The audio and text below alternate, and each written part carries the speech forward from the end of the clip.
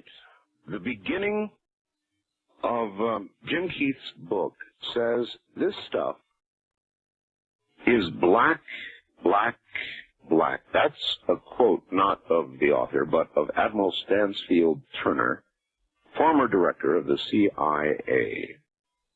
He said this stuff is black, black, black. And I wonder, Jim, was he referring to the men in black? Did he get a question, Jim, about the men in black that caused a retort of that sort?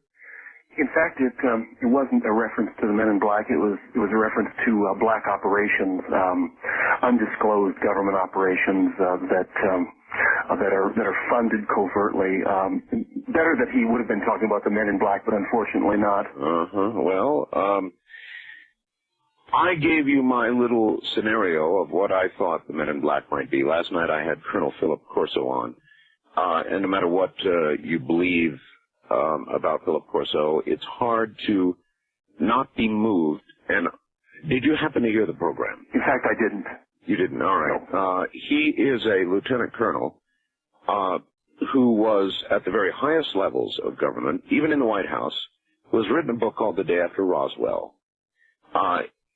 Basically broken down, he received materials from Roswell and seeded them into American industry. It is an absolutely incredible story. And I'm talking, of course, about artifacts of an alien crash or several alien crashes. And, I mean, here's a fellow who was in the very, very highest levels of government telling his story. The book is on the bestseller list. If you believe the colonel, who is 82 years old and has no reason to lie, and if you believe that, then a leap to believe that there are men who will come and take care of any evidence of this sort of thing before it gets public, well, that's easy to believe. Is that what the men in black are? You know, Art, it's surprisingly close in terms of my viewpoint. I don't claim to be omniscient about this subject or anything, but one of the problems that people have in understanding all kinds of strange events is that they try to pigeonhole them in one category, right? Whereas most of them have more than one source, and that applies to UFOs and angels, Bigfoot, and it includes the men in black. And for my true opinion about the men in black, I think that these encounters have at least four types. And those include the government that has been trying to shut up witnesses since at least the early 50s. Much as UFO buffs don't like to hear it, I think there's delusion about this too. Some UFO buffs can be kind of paranoid. Well, it's also a very easy way, Jim, to explain evidence you had, like the fish that got away. You know, I had this incredible evidence you can weave a tale, and in the middle of the night, like thieves, the men in black came and took it.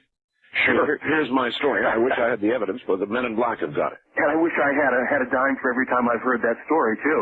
You know, I mean, a lot of researchers lost their smoking gun about Roswell that way. You know. Exactly. But actually, there are hoaxers in the UFO community, and that includes many prominent UFO researchers. And then, in addition to that, surprising me as I did this research is that there's apparently a supernatural connection, that there really is a supernatural men in black, and that's a category that we seem to know a whole lot about, but at the same time cannot explain whatsoever. As far as the government having this kind of alien connection that has been fed into the technology and so forth, it's quite possible. But I always use this kind of Occam's razor thing. I have not seen any proof of that. I do believe that there are all kinds of advanced government programs and that there have been government aircraft that conform to the shape of flying saucers, but I've never seen that single bit of data or that one that got away that proves that these advanced technologies come from aliens.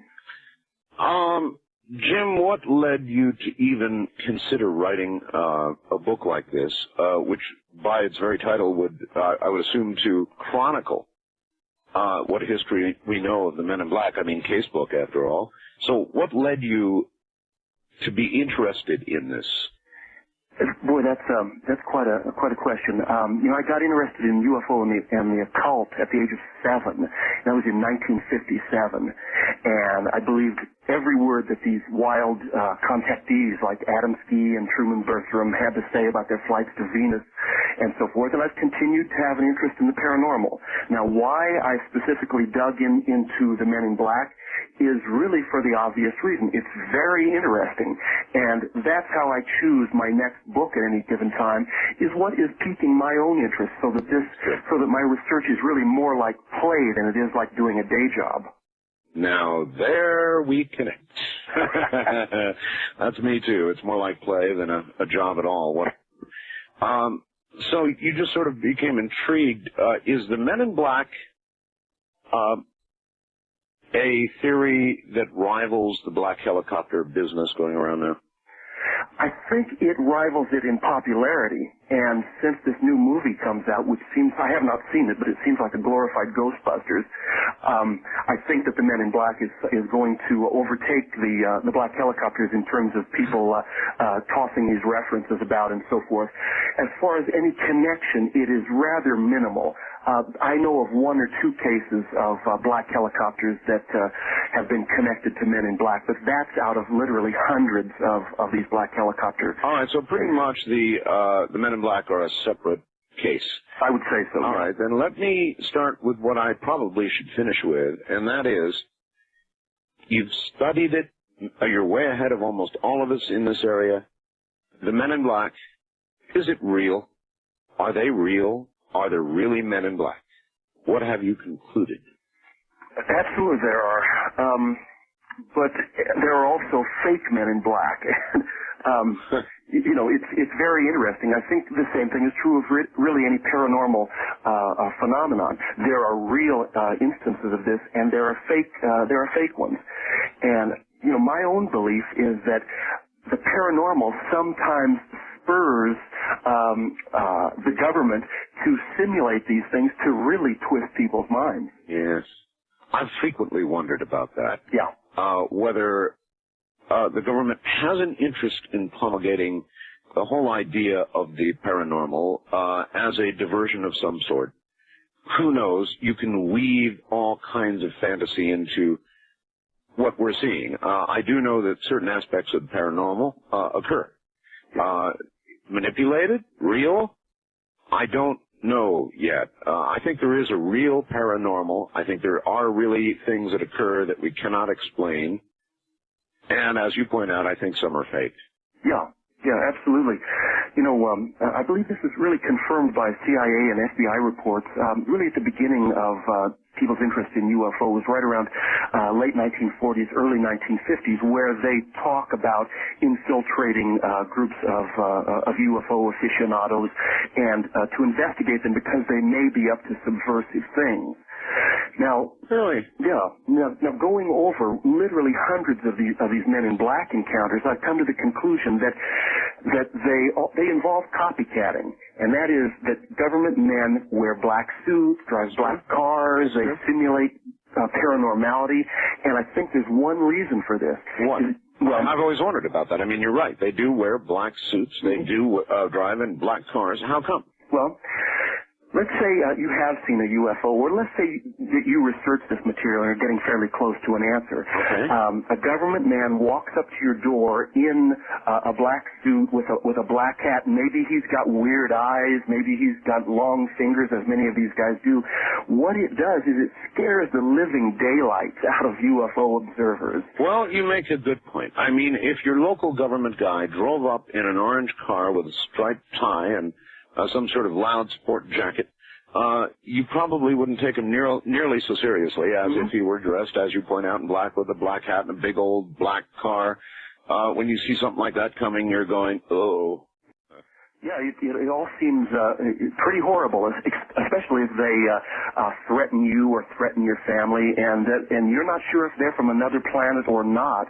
I think it's a very effective way to shut UFO witnesses out. Well, let me tell you, Jim, I've had visits from government agents, various alphabet-type organizations connected to the work that I do here, and they are even though they seem easygoing and very nice guys, there is no question about it, Jim. I'm just talking about normal government agents here. In black suits, you know they're carrying, they've got a sort of a serious, we're here and you don't want to mess with us kind of attitude about them. And even though they're very nice and very calm, there's no question about the fact that there is an aura of intimidation that you could cut with a knife. You don't want to mess with these guys, even if they don't have these eyes that bug out of their head or a weird kaleidoscope unit that they train on your eyes. You know, I mean, yeah, you're saying they're intimidating enough. I'm saying just regular government agents. Even without some of the dramatizations that the Men in Black sometimes do, these guys are bad enough to fool with. That's exactly right. So, I mean, encountering what you seem to be, let's get down to it. I mean, casebook, there are some cases that you obviously believe are the best stories or the best evidence or might be genuine. What would they be? Well, I don't know. There are many good cases. One of the most interesting one that always kind of sticks in my craw happened to a Dr. Hopkins in Maine in 1976. And he had been hypnotically regressing an alleged UFO abductee, and he was met or contacted by a man in black who was bald, had dead white skin, and no lips. The lips were simulated with lipstick. Oh. Okay. This man in black discussed the UFO abduction case that the doctor was digging into in a monotone. He sounded like a robot. And then he apparently used ESP. He said, doctor, you have a dime and a penny in your pocket. The doctor reached in, and that's what he did have in his pocket. The man in the black told him to hold the penny in his open hand, and as the doctor looked at the penny, it turned silver, then blue, and then it slowly dematerialized. There was no chance for sleight of hand or legerdemain. The doctor was holding this and looking close while it slowly dematerialized. Wow. Now, this man in black asked Dr. Hopkins if he knew of another famous UFO abductee, actually Barney Hill. Oh, yes. He had recently died from a heart attack, and Hopkins responded that he did. And the man in black told him that it was no heart attack that had taken Barney Hill, but the same thing had happened to Barney Hill's heart that had happened to that penny in the doctor's hand. And wow. Yeah. As a matter of fact, we are at a break point. Going back now to my guest, Jim Keith, or am I doing that a bit prematurely? No, I'm not. Back to Jim Keith. Jim, the story of Dr. Hopkins is one of the coolest stories I've heard in a while, and it meshes with a lot of what we've been talking about. Would you please tell it one more time? Sure. One of the reasons I like the Dr. Hopkins story is it wasn't anecdotal.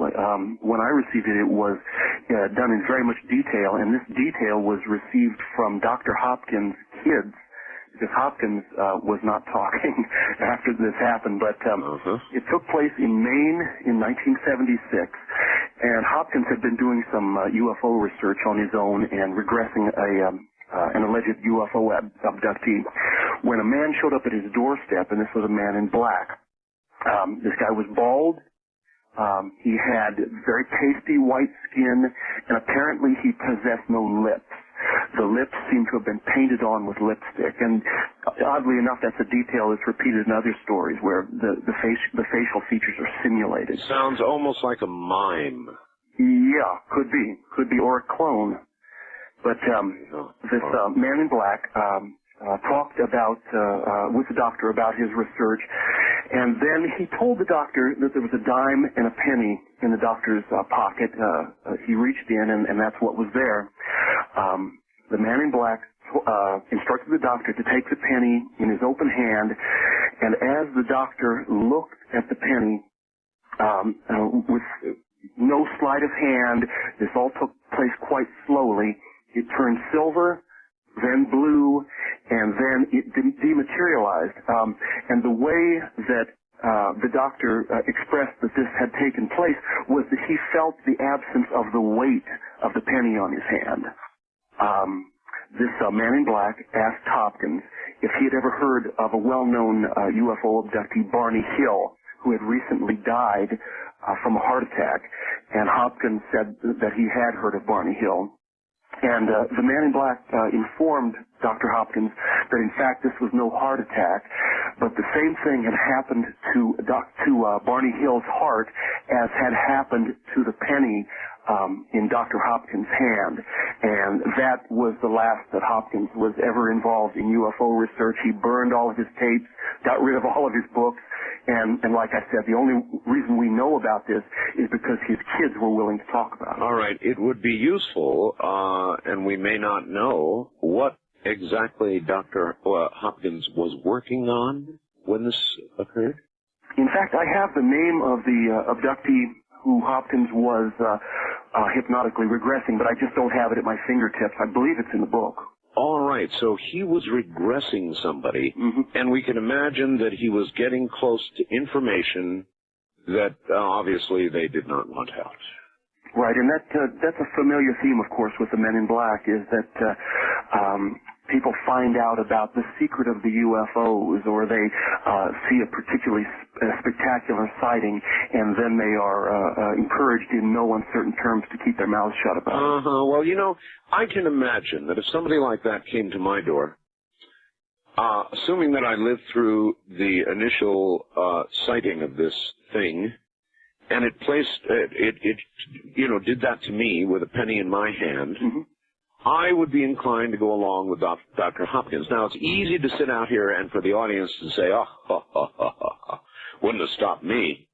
Baloney. If that occurred to you, you'd think 25 times when something occurred in your very own hand and you were told, well, that's what happened to somebody else's heart, and the obvious direct indication is this could be your heart.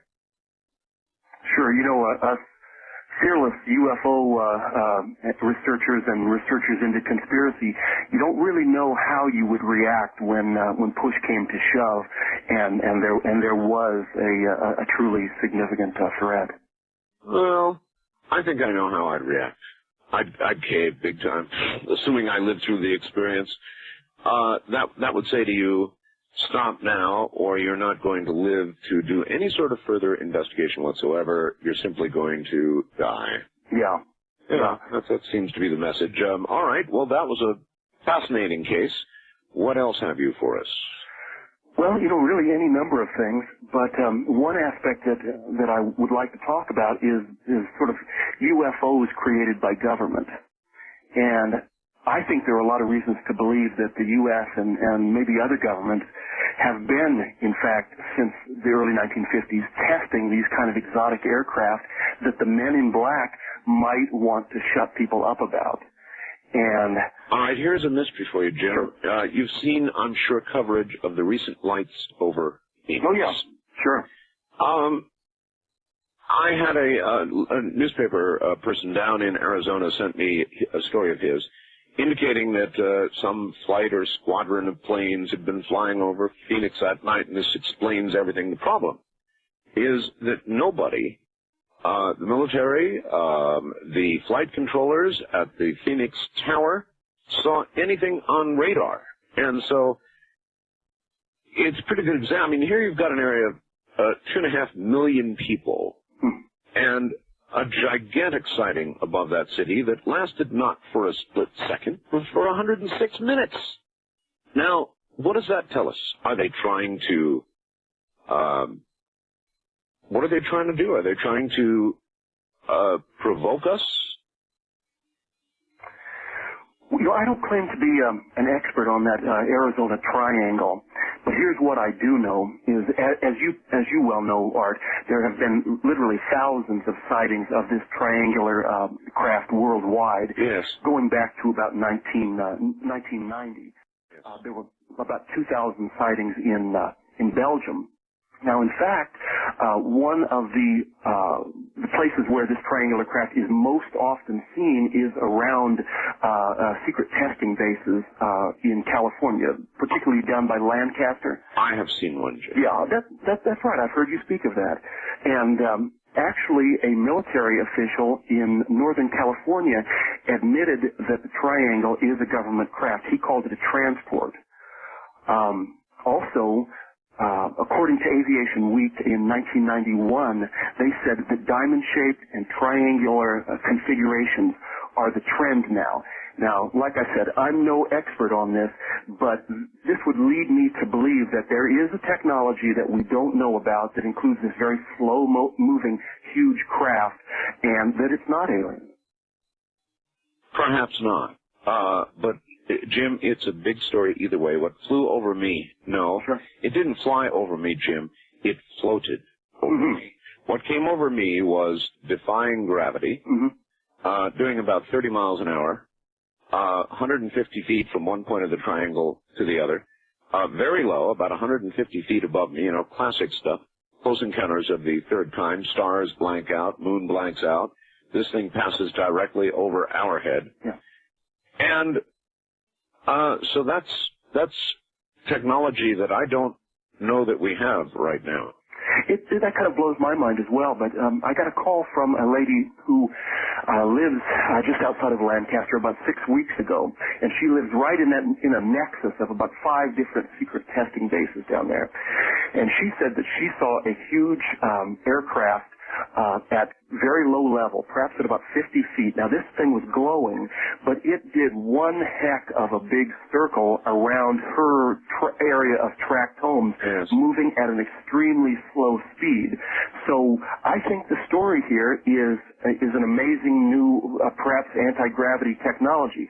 But again and again, I never see this smoking gun linking it to the grays with the big eyes. All right, let's move back to the Men in Black for a second. Your book begins with an interesting angle, the black arts, demons, witches, that sort of thing? Sure. How does that fit in? Well, these guys, the Men in Black, just as they're described today, have manifested since my earliest cases, I think, go back to the 1500s. And back in those days, they were always referred to as agents of the devil, and were usually seen in the context of witchcraft rituals and satanic sabbats. And that sort of thing. As we went forward and as we went into the irreligious 20th century, people started interpreting these guys differently. And they were more often seen with UFOs and shutting up witnesses of UFOs. And when people were hassled by the Men in Black, they didn't immediately think, here's an envoy of Satan. They thought of them as extraterrestrials.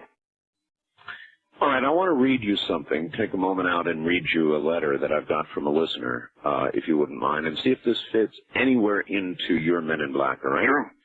Art, I want to tell you a true story of the Men in Black. My father had fought cancer for several years. In the fight, he had lost his nose to surgery and had to wear a fake one made for him. He lost all of his teeth and half his jawbone. He suffered through radiation to be told that it was all gone, and 30 days later there was nothing more that radiation could do to save him. Then he went through chemotherapy, sickness only to reach the point that the doctors were continuing to keep him bleeding. It was working. Next, my mother died of a heart attack 2 months after my father was expected to be dead. But he wasn't. But now he was feeling the loss of my mother. And after he had made plans to see that she was taken care of after he was gone, I can tell you all of this because you have got to know what happened next. The only thing keeping him alive was his insistence that he would see the grave marker installed that he picked out for my mother and himself. As you know, partners frequently go together. I added that. I took him to the gravesite in a wheelchair less than a week before he died. One evening I was sitting at home with my wife and small children when my sister called from my father's house saying she was frightened, wanted me to come right over. When I got there, Dad was insisting that my sister and his caregiver take him home. Of course, he was already home. When I asked where home was, he gave me the address of where he grew up. Insisted I take him there. I really couldn't do that since the house had been sold after the death of his mother. The night later, and we decided that he would be more comfortable at the hospital than at home. The next day I went to see him. He was still wanting to go home. The next evening, my sister and I were with him. He began to talk to us and tell us he was sorry that he had been so much trouble, and he realized how out of it he had been recently. I told him it was all right. He told me he was glad that they had come to visit him and set him straight. I said, "Who came to visit?" And he said, "The men in black." I asked him who they were, and he said he didn't know. But they came to visit him, and they were going to give him a message, or did give him a message. I asked, what was the message? He told me they would return soon to take him to be with my mother. Of course, she was now dead. This is, and it goes on, and it's from Ron. Thank you, Ron. Does that sound at all familiar, Jim? Yeah, there we're talking really an event that is more usually framed in olden days, with the witchcraft connection, or these guys are often seen in, for instance, in a religious area like Ireland, where they're observed at graveside and so forth. So that fits in perfectly, actually. All right, again, the demonic connection, that goes, you're saying that is where it began around, you think, in the 1500s. Right. And they were actually described as men in black even then? Oh, yeah.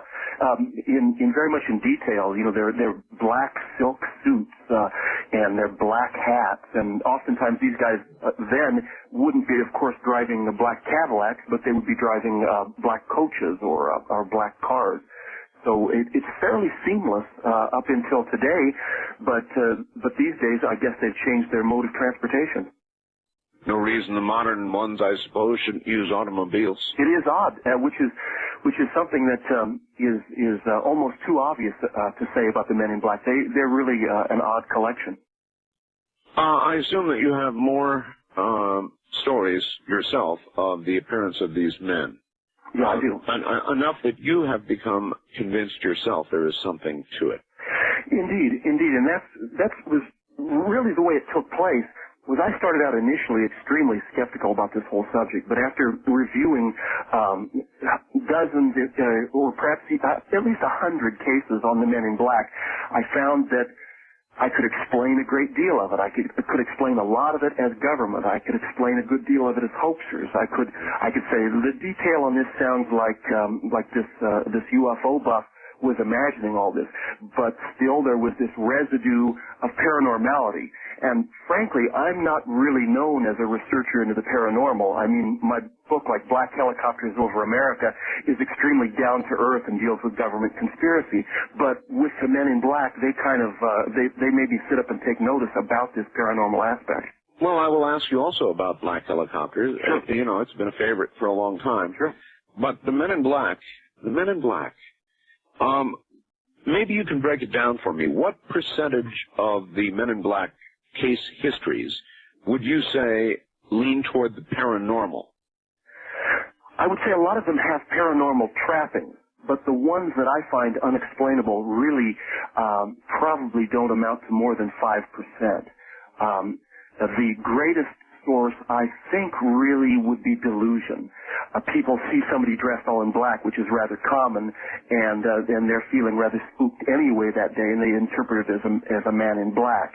After that, I would say the government has an involvement, and although it sounds a little bit crazy, reading case after case like this, you finally draw the conclusion that, yeah, the government, in order to more thoroughly shut up witnesses, is counterfeiting this Men in Black thing. But as far as things that really look paranormal and things that really can't be explained, they are the exception. Well, again, I've had government guys visit, and they are intimidating all by themselves. But what you have described, how many of them, for example, in the case of Dr. Hopkins, appear to come without human faces? We're talking about descriptions here. Are there many like that? I've probably got at least 25 cases like that. 25 cases? Yeah. Mm-hmm. When we get back, I want to ask you how you go about collecting Men in Black stories, interviewing people, that sort of thing. How you even begin to build a database for this sort of book. Fascinating. All right, Jim. Guest is Jim Keith, and he wrote Casebook on the Men in Black. It is creepy. And Jim, I'm going to steal one more minute. We've got, this is radio. We've got a lot of time. Okay. And I'm going to ask you about how you collected your stories, but I'm going to give you one that just burned through my fax machine. Okay. I think you'll find it interesting. Here we go. Art, I've got to tell you about a Men in Black experience that I had a year ago after an art show I presented called Stranger Than Outer Space. It was at the Vancouver Planetarium and presented 50 artists. The theme, in general, was space, but the topic seemed to lean toward UFO abduction. The show was received very well, and we had over 1,500 people come to our opening night. Lots of people seemed to be open to the whole UFO idea. Anyway, the visitations started happening shortly after I started sending out the press releases. Jody, my girlfriend, woke up frequently seeing tall, black figures in the room looking down on her. Other times it would be simple mysteries, such as coming home to an apartment that had obviously been tampered with. Things like windows being opened in the dead of winter when we were away, furniture moving about. I didn't believe it at first. I didn't want to think that someone was messing with my private life. We had the show. It went well. I was enjoying my time off from organizing and painting the following evening. Jody called me from across the room and told me to come have a look at this. So I looked out the window from my third floor and looked down into the alley. There, I saw two tall men, both in black, both wearing black baseball caps covering their faces. They were just standing there, staring up at us. I stood there for quite a while, having the eerie feeling that I was being scanned. At one point, I nervously waved at them as to sort of pinch myself. One of them coldly put his hand in the air, confirming that it was us they were looking at. Just then, the phone rang. It was one of the other painters from the art show. He began telling me about a strange dream he had had about a saucer. Jody looked over me and said, they just disappeared. Disappeared.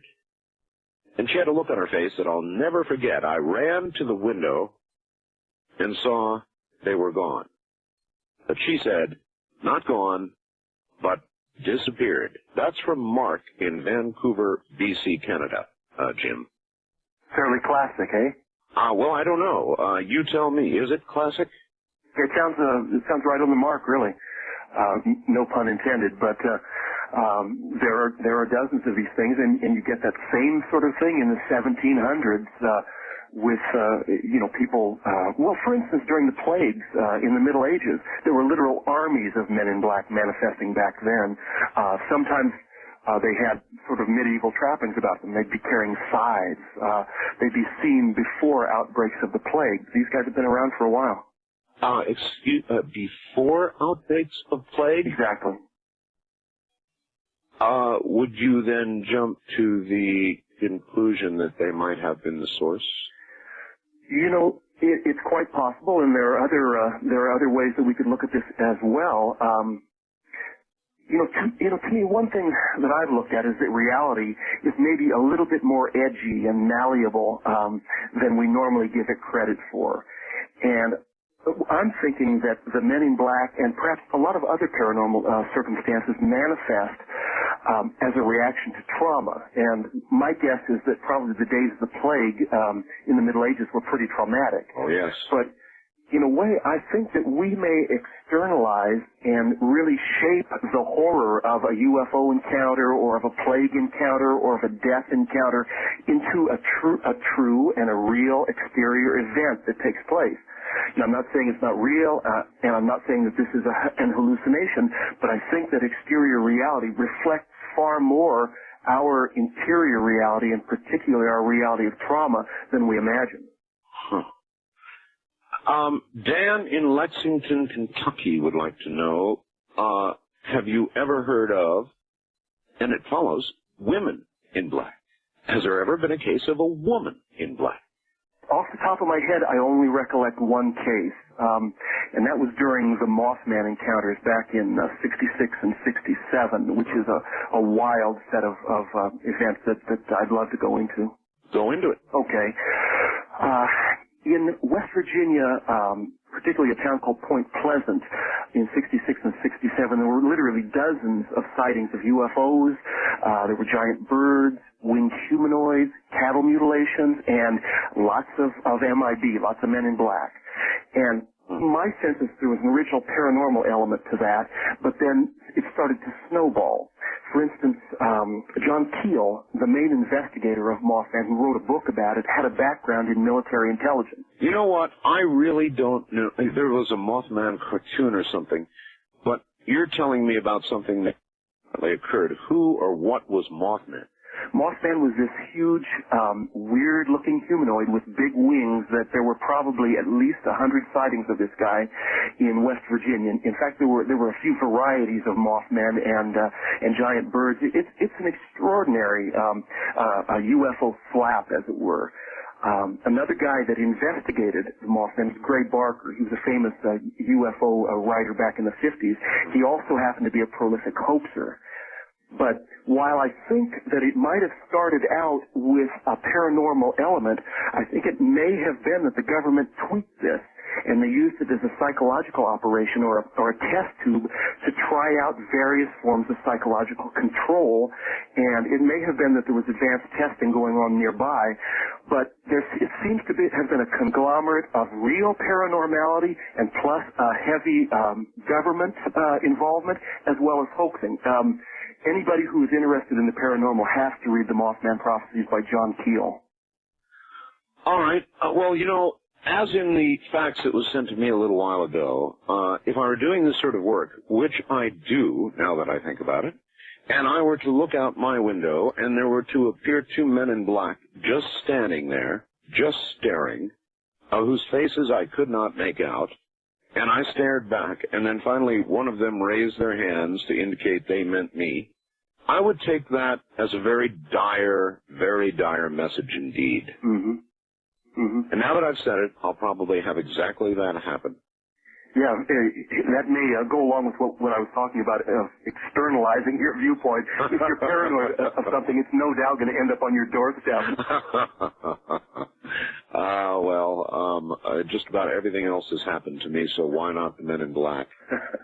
All right. Any other case histories that you'd care to lay on us that you personally consider to be the more interesting? You know, if I may, Art, could I be real mercenary here and give a number where people could get a copy of the book? Of course. Okay.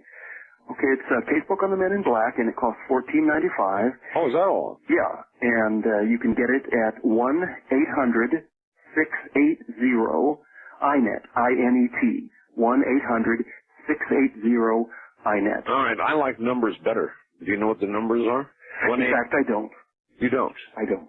See, that makes everybody convert it. 1-800-INET. So that would be 1-800-4... Yeah. Let me do it. 4-6-3-8. Better thee than me, because I would have taken 5 minutes figuring it out. Well, I've got an old-fashioned phone here. You see, that's the problem. You know, a lot of the new phones don't put that on there for you. I mean, they've just got numbers, so you've got to remember to give it both ways. I have learned. So okay. $14 and how much? $14.95. All right, it's a pretty good sized book too, isn't it? It's over 216 pages, so it's a good sized book. Anyway, be my guest. What else can you tell us about the Men in Black? Well, there are many, many interesting encounters. One that I find quite fascinating is that apparently Adolf Hitler encountered a man in black. Oh? According to a Governor Roschning of Danzig, Germany, who knew Hitler early in his career, Hitler would wake up night screaming that he had seen these people dressed in black and that they were the new men and that they were intrepid and cruel and that they horrified him, but that this was the future. And as to whether that's a real Man in Black story, whether it was a real paranormal encounter or just a case of Hitler having the DTs, I really don't know, but I found it interesting. All right, well, that's Germany, harder to trace. What about here? What about President Kennedy's assassination? Well, you know, there are a lot of Men in Black occurrences that are centered around the Kennedy assassination. Apparently, on one of the films taken of the motorcade, there is a man in black with a black cape and some old-fashioned hat standing right there at the motorcade. I mean, perhaps it's just a coincidence.